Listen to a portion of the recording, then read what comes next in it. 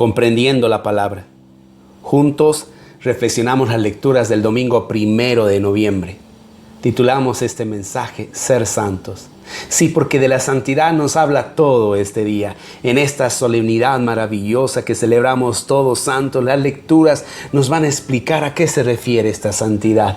Y cuando hablamos de santos, no solamente estamos hablando de aquellos que la iglesia ha reconocido y ha puesto delante nuestro como modelos, como guías, como consejeros, como acompañantes, hombres y mujeres que a lo largo de la historia han sido tocados y bendecidos y han respondido con amor y generosidad al llamado de Dios, porque solo Dios es santo y Él nos comunica su santidad. Sino que también a tantos otros que tal vez han sido conocidos por algunos. Algunos saben cuál ha sido su vida de oración, cuál ha sido su entrega, su servicio, su amor, su cercanía con Dios, y que no están precisamente reconocidos como tales o han seguido el proceso de canonización. Hay tantos hombres, mujeres, niños, niñas, jóvenes, adolescentes, personas adultas. Hay tantas personas consagradas, personas laicas que a lo largo de la historia han vivido en forma extraordinaria lo ordinario de cada día, la santidad de la vida diaria. Y entonces a todos ellos celebramos en este día, pero también celebramos un llamado, un desafío, porque la santidad es la identidad del creyente cristiano. Todos estamos llamados a ser santos. El Señor nos dice: sed santos, sed perfectos como vuestro Padre es santo, como vuestro Padre es perfecto. Entonces estamos llamados a vivir la santidad de Dios. Y es por eso que encontramos en las distintas epístolas, cuando se refiere en saludo, el apóstol dice a los santos en la iglesia de Roma, a los santos en la iglesia de Corinto. Es decir, todos estamos llamados a esta santidad porque también ya vivimos una experiencia de santidad. La iglesia es una santa. ¿Por qué? Porque Dios habita en nosotros. Dios está en nuestros corazones. Él nos llena y su presencia, Él que es el santo, 3 veces santo, llena por supuesto el cuerpo de Cristo, donde Jesús es la cabeza de santidad. Y por eso nosotros también tenemos esa presencia y por lo tanto también estamos consagrados, tenemos esa santidad de Dios. Pero también estamos llamados a vivir, a expresar, a manifestar, a dar frutos de santidad. Y a eso nos ayudan las lecturas de hoy. Sin duda debemos reconocer esta mirada, esta preciosa visión que tiene, ¿no es cierto?, el apóstol, de ver a estos hombres y mujeres vestidos de blanco.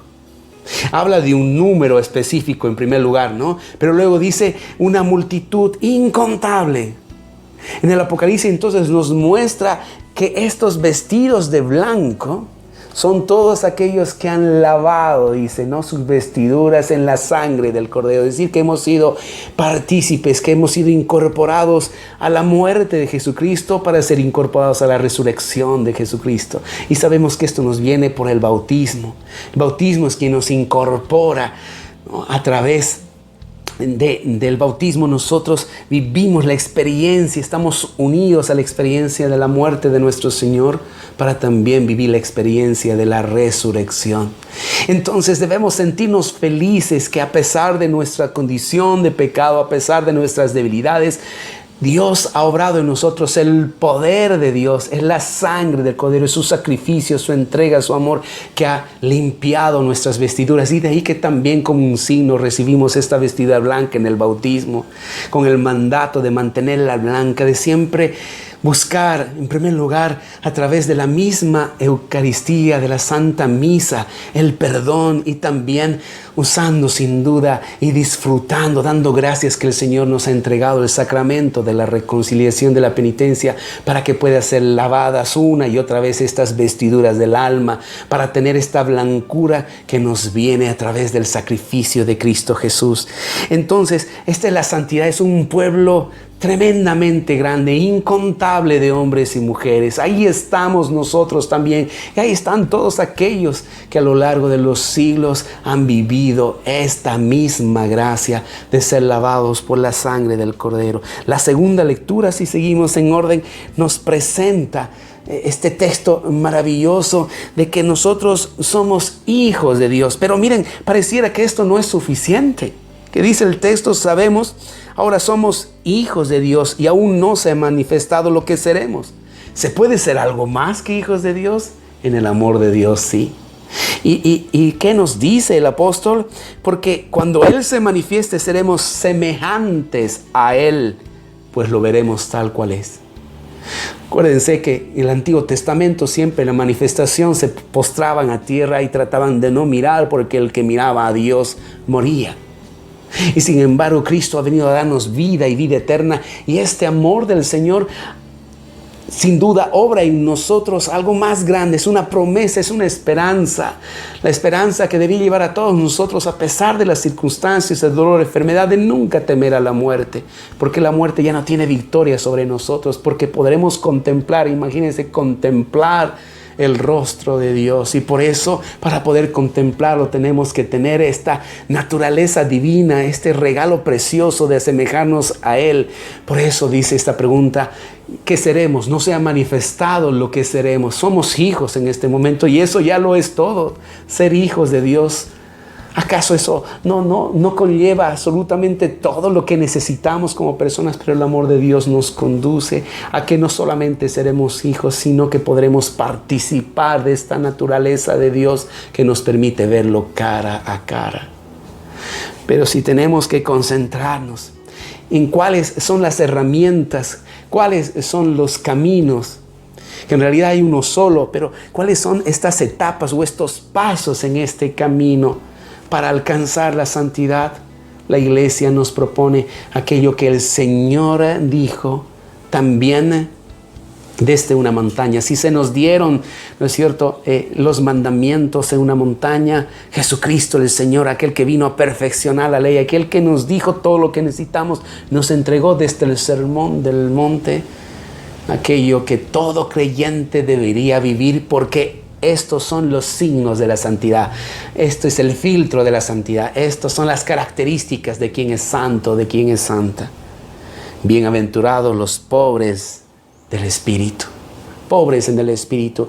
Y esto tiene muchos significados, pero el que me gustaría que podamos meditar y compartir con cada uno de ustedes es de que a veces nos sentimos tan llenos por nuestros títulos, por nuestra experiencia, porque tenemos tal o cual oficio en la iglesia, porque llevamos varios años, porque estamos en tal movimiento, porque tenemos tal liderazgo. No, bienaventurados aquellos que son pobres, es decir, reconocemos que siempre tenemos la necesidad de Dios. No solamente hablamos de la pobreza material, hablamos específicamente del espiritual. Siempre reconocemos la necesidad de Dios, la necesidad del Espíritu Santo conduciéndonos, guiándonos a la verdad, levantándonos de nuestras infidelidades, perdonando nuestros pecados, caminando en humildad y sencillez, dejando que Dios siga obrando, moldeando, estando en esa carrera como nos recuerda el apóstol, y no pensar que ya hemos concluido, llegado a la meta. Esa pobreza que nos ayuda a siempre buscar a Dios. Bienaventurados los pobres en el espíritu, porque de ellos es el reino de los cielos. Otra característica: bienaventurados los mansos, porque ellos heredarán la tierra. No, la mansedumbre, que no significa abusa de mí. La mansedumbre significa que, perdóneme, yo soy el tonto, el que todo el mundo me puede abusar, que todo el mundo puede apartarme. No, la mansedumbre que es un control. La mansedumbre, miren lo que dice Jesucristo: aprendan de mí que soy manso y humilde. Es decir, que alejamos de nosotros la ira como respuesta, la sed de venganza como necesidad, que ponemos el título de justicia a nuestro deseo de lastimar a otro, que pague, cuando en nosotros está primero la humildad, cuando en nosotros está primero la mansedumbre. Buscamos siempre complacer a Dios, vivir. ¿Cuántos ejemplos tenemos de mansedumbre en la palabra de Dios? Sin duda Jesucristo es el más grande, por supuesto. Por eso nos dice: aprendan de mí que soy manso y humilde. También la mansedumbre de María Santísima, la mansedumbre de los apóstoles cuando se dejan tocar por Dios, cómo los cambia, los modifica. Debemos aprender a vivir en esta paz interior que solo viene de estar con el Señor. Entonces esa paz sobrepasa nuestro entendimiento, frena nuestras inclinaciones, apetitos e instintos, y nos hace vivir en esta confianza absoluta y entrega en la voluntad de Dios, porque es un Dios providente. Bienaventurados los que lloran, porque serán consolados. ¿Cómo se puede ser bienaventurado por llorar? Si todos quisiéramos vivir una vida sin lágrimas, sin llantos. De hecho, la palabra nos dice que ya no se acabará todo llanto, toda lágrima será secada, no habrá más dolor. Es la promesa que encontramos en Apocalipsis. Entonces, ¿cómo es esto de bienaventurados los que lloran?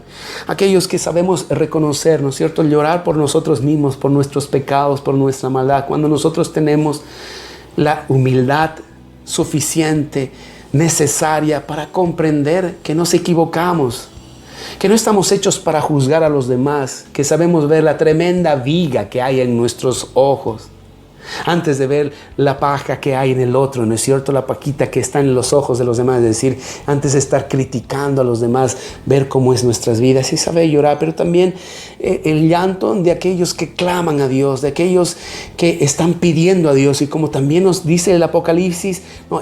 Sube como un incienso la oración de los santos. Entonces, los que lloran por las injusticias, los que lloran por un mundo mejor, los que lloran porque ven la maldad que se expresa en la libertad de las personas, y esta libertad mal usada para dominar, para lastimar, para herir. Entonces, bienaventurados los que lloran, porque el llanto, ya sea por nuestros pecados o el llanto para suplicar a Dios, es una muestra de una cercanía, de una ternura, de un reino de Dios, de que Dios reine en nuestras vidas y en nuestro mundo. Bienaventurados los que tienen hambre y sed de justicia. Y esta justicia es la salvación. Acuérdense, en el lenguaje bíblico, justicia no es la justicia que nosotros tenemos en juzgados. La justicia de Dios es la misericordia.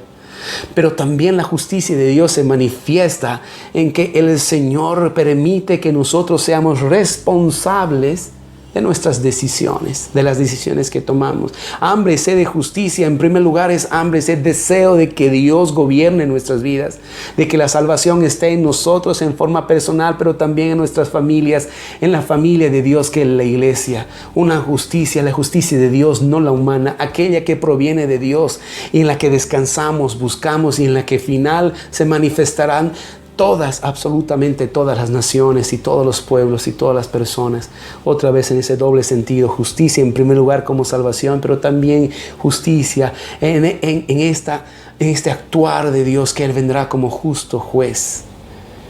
Después la palabra continúa y nos dice: bienaventurados los misericordiosos, porque alcanzarán misericordia. Cuán propensos estamos a veces por dolor, por enojo, y a veces puedo entender que lo primero que salga es precisamente el buscar venganza, rabia, e inclusive implorar para que esta persona reciba su merecido. Pero el Señor nos muestra que el lenguaje de Dios es precisamente ese lenguaje coherente del amor. Él envió a su Hijo mientras éramos pecadores. No había nada en nosotros que pueda atraer a Dios, y el Padre envió a su Hijo por nosotros, por los pecadores, como insistió Jesús. Entonces debemos imitar este amor, esta misericordia. La misericordia no es pagada por la conversión del otro, no es pagada porque el otro nos entienda, nos pida perdón. No, la misericordia es un don gratuito. La misericordia viene porque nosotros hemos sido amados y sobre nosotros se ha ejercido la misericordia de Dios. Entonces, el vivir en misericordia es un signo de santidad. Estar junto al corazón, sentir junto al corazón. Bienaventurados los limpios de corazón, porque ellos verán a Dios. Cuánta importancia, cuánto deseo debe haber en nuestro corazón para no ensuciar nuestros ojos con lo que el mundo nos muestra. Sí, las tentaciones pueden ser muy grandes, las tentaciones sexuales, lo que viene a través de la pornografía, lo que viene a través de hombres o mujeres, y nosotros podemos dejar que nuestra mirada se pervierta. Pero si tenemos la presencia de Dios, si imploramos a Dios, si vivimos en Dios, si usamos las herramientas que Dios mismo nos ha entregado y nos ha dado, la vida de oración, ¿no es cierto? El canto, la alabanza, la participación viva en los sacramentos. Si tenemos una cercanía profunda a María Santísima, si vivimos en esta entrega absoluta al Espíritu Santo, Él nos ayudará a vencer. ¿Acaso no rezamos constantemente con el Padre Nuestro? No nos dejes caer en tentación, no nos dejes caer en tentación. ¿Por qué? Porque tenemos que buscar tener un corazón puro, un corazón limpio, un corazón que solo si está limpio y puro podrá ver a Dios. Este es el destino que tenemos. Está en la lectura también que hemos manifestado, ¿no es cierto? En la segunda lectura, el poder ver a Dios. Entonces debemos vivir esta pureza en un mundo que está lleno de imágenes para destruir nuestra pureza de todo tipo. La pureza de la amistad, del amor, de la ternura, del servicio, de la entrega, del respeto, de la obediencia, como también la pureza de la vida sexual ordenada. Este rol maravilloso que cumple la sexualidad, que Dios la ha destinado como una ofrenda, como una muestra de un amor en el lugar adecuado, como es en el santo matrimonio. Bienaventurados los que trabajan por la paz, los pacificadores. Un signo de una persona que está dejándose guiar por el Espíritu Santo y que quiere vivir constantemente el significado profundo de la santidad. No puedo ser yo quien está con chismes, con rumores, hablando mal de otro, poniendo división. Y después, como si nada, yendo a la iglesia o participando de un movimiento, creyéndome, soy hipócrita, soy falso. La verdadera expresión, debo buscar la paz, y la paz busca unidad. Estamos viviendo consecuencias de nuestra desunión. Tenemos que por fin aprender lecciones y dejar de ser las personas testarudas, que dejamos que otras cosas no. Acordémonos que Dios oró fundamentalmente por la unidad. Padre, que sean uno para que el mundo crea. Y por eso el mundo no cree en nosotros, y en general cuando tratamos de hablar de cualquier cosa, incluyendo política, por eso no se cree, porque no estamos unidos, porque somos los que nos llamamos creyentes, somos los primeros signos de división, somos los primeros que en vez de fomentar la unión familiar estamos fomentando divisiones. Hombres y mujeres que dicen creer en Dios y sin embargo fomentan las peleas de esposo con esposa, llamadas anónimas, imágenes, fotografías. Los que nos llamamos creyentes causamos división en el país, entre las personas, entre liderazgos. Por eso no hay paz, porque trabajar por la paz es trabajar por la unidad de los creyentes. La unidad trae la paz trae unidad. Bienaventurados los perseguidos por causa de la justicia. Bienaventurados cuando los insulten, les persigan y les calumnien de cualquier modo por mi causa.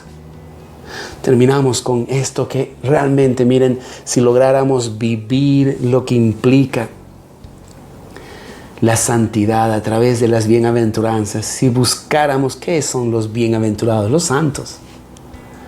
Y otra vez, no es para que nuestra mirada vuelva en este momento a San Juan Bosco, que volvamos a San Francisco de Asís, Santa Teresa, San Ignacio, cualquiera de los santos. No, la mirada debe volver hacia nosotros en humildad en este día tan precioso y decir: Señor Espíritu Santo, actúa en mi vida. No soy una obra completa, no estoy terminado. Dame la gracia de ser santo, de ser santa, porque quiero vivir cada una de estas bienaventuranzas. Pon en mí entonces este sello profundo para vivir esto que es felicidad. Bienaventurados felices, hay otra traducción, llénense de gozo. Entonces quiero tener esta felicidad que es muy distinta a la que mercadea el mundo, la que vende el mundo. Quiero vivir esta felicidad que proviene de ser diferente. En otras palabras, proviene de ser como Cristo Jesús. Debemos imitar, debemos crecer hasta alcanzar la plenitud de Cristo Jesús, nos dice la palabra. Y esta es la plenitud de Cristo Jesús. Si ustedes revisan, van a ver que en cada una de las bienaventuranzas está Jesucristo. En cada una de las bienaventuranzas Jesucristo nos muestra el camino. Él, que tiene la plenitud del Espíritu, sin embargo se hizo ser humano y permitió que creciera, y nos dice la palabra, creció en gracia y en sabiduría. Él también creció en su humanidad, esta perspectiva de unión plena y absoluta, de comprender la voluntad de su Padre, de amar la voluntad de su Padre. Él también creció, por amor se hizo. No tomó en cuenta su condición divina, nos dice la palabra, sino que asumió nuestra condición humana. Él también nos mostró mansedumbre. Él también lloró frente a Jerusalén. Lloró por este deseo de mostrar cómo los profetas son siempre rechazados. Y él lloró al ver la muerte y lo que ocasiona la muerte en un ser amado, en un amigo como el Lázaro. Sí hubo lágrimas en Jesús. ¿Quién más que él tenía hambre y sed de justicia? ¿No? El que tenía que su alimento es hacer la voluntad de Dios, nos dice, y que quería repartir y pasaba de un pueblo en pueblo haciendo el bien. ¿Quién más que Él que mostrar misericordia? Él precisamente que es el rostro de la misericordia, la pureza absoluta, el que ha trabajado constantemente por la paz, ¿no es cierto? Aquel que ha trabajado por la justicia y aquel que ha sido perseguido, calumniado y que ha hecho, nos ha bendecido y aún desde la cruz ha pronunciado: Padre, perdónales porque no saben lo que hacen. Que Dios nos permita en este día que junto al gozo de celebrar a todos los santos recordemos la invitación a ser santo y santa de Dios. Amén.